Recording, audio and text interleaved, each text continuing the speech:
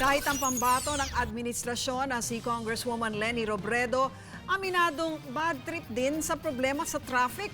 Yan at iba pang issue ang sinagot ng Vice Presidential aspirant sa kanyang pagsalang sa happy hour ng News 5 Everywhere.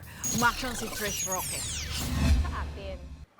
Sa pagsalang sa happy hour ng News 5 Everywhere, ibinahagi ni Congresswoman Leni Robredo ang mahirap na prosesong pinagdaanan bago tinanggap ang hamong tumakbong pangalawang Pangulo. Pinakamahirap daw ang pagkumbinsi sa kanyang mga anak.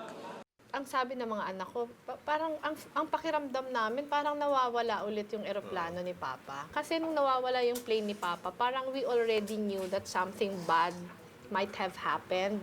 But we were clinging to that one hope na a miracle transpired. Parang nung sinabihan mo kami na pag-iisipan na natin, parang ganun ulit yung pakiramdam. Na alam namin may masamang mangyayari, pero nagkikling pa kami na sana hindi mangyari. Pero matapos mapa-oo, may boses na nga ba ang Vice Presidential aspirant sa Liberal Party? Ngayon na nag-decide na ako, Secretary Mar would always tell me, we have regular Monday meetings, kaming dalawa.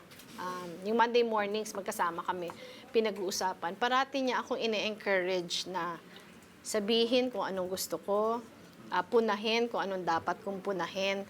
Pero it is something na kailangan ko pang maging comfortable with. Hindi rin daw naniniwala ang mambabatas na ginamit lang siya ng Liberal Party kaya piniling maging running mate ni Mar Rojas. Nang i-endorso si Robredo ay nahaharap sa mga batikos ang kanilang partido dahil sa twerking scandal ng Playgirls. Palagi ko hindi naman kasi yung offer naman sa akin happened way before the twerking incident. Kaya yung sa panggamit, wala naman yun. Although, ako na-bother talaga ako doon.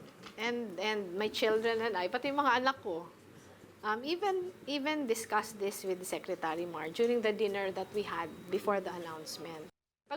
Noong kalihim ng DILG ang pumanaw na mister ni Leni na si Jessie Robredo ay hindi niya nahawakan ang buong kapangyarihan sa kagawaran.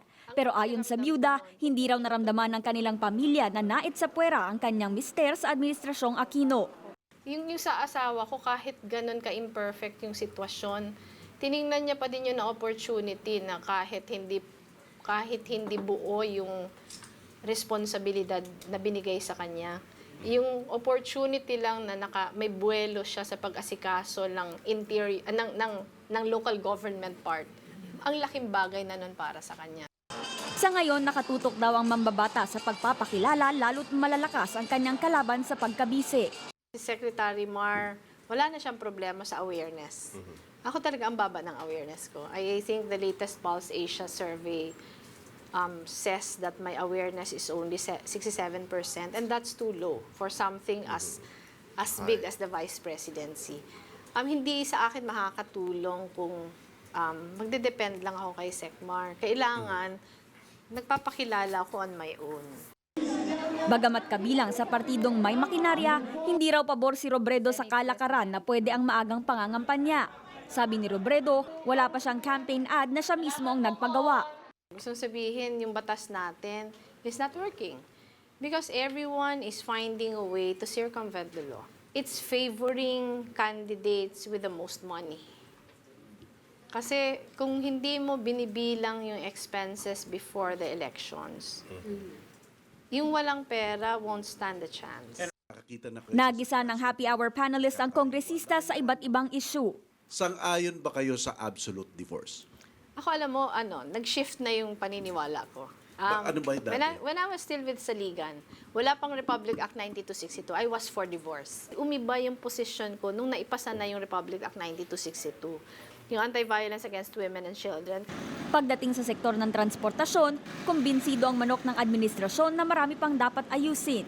Parati din akong galit sa traffic, pero hindi naman pikit yung mata ko na i-blame ko yung administrasyon lamang. Alam natin kung gaano ka-complex yung problema, na hindi naman siya naging kasalanan. May pagkukulang siguro yung administrasyon na to, pero isang pagkukulang na born out of many years na maraming hindi inasikaso. Dismayado rin daw siya sa pagkakabinbin sa Kongreso ng Freedom of Information Bill na isa siya sa mga may akda. Pero hindi raw ang Pangulo ang dapat sisihin dito. Actually, it has been included in the priority bills, in the budget statement of the President. Pero talaga malakas yung opposition sa loob. Malakas talaga yung opposition sa loob. In fact, if any one of you ever attended one of our committee meetings, madugo. Talagang merong force na nagbablock. Ngayong kaliwat kanan ng trabaho, ano nga ba ang pantanggal stress ng mambabatas? Nagdi-distress daw ako ng organize because ang memory ko masama. Mahina yung memory ko. So, one way of coping, nililabel ko lahat. Yung lahat na gamot sa amin, may medicine cabinet, yung maraming drawers, lahat yun nakalabel.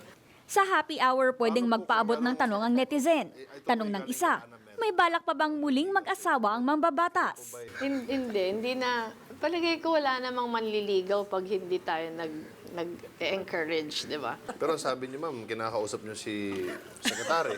Paano pag sinabi niya, Naku, mag-asawa ka ulit? Siguradong hindi yun papayag. Umaaksyon, Trish Roque, News 5. Be sure to come back. News 5 everywhere. Copyright 2015.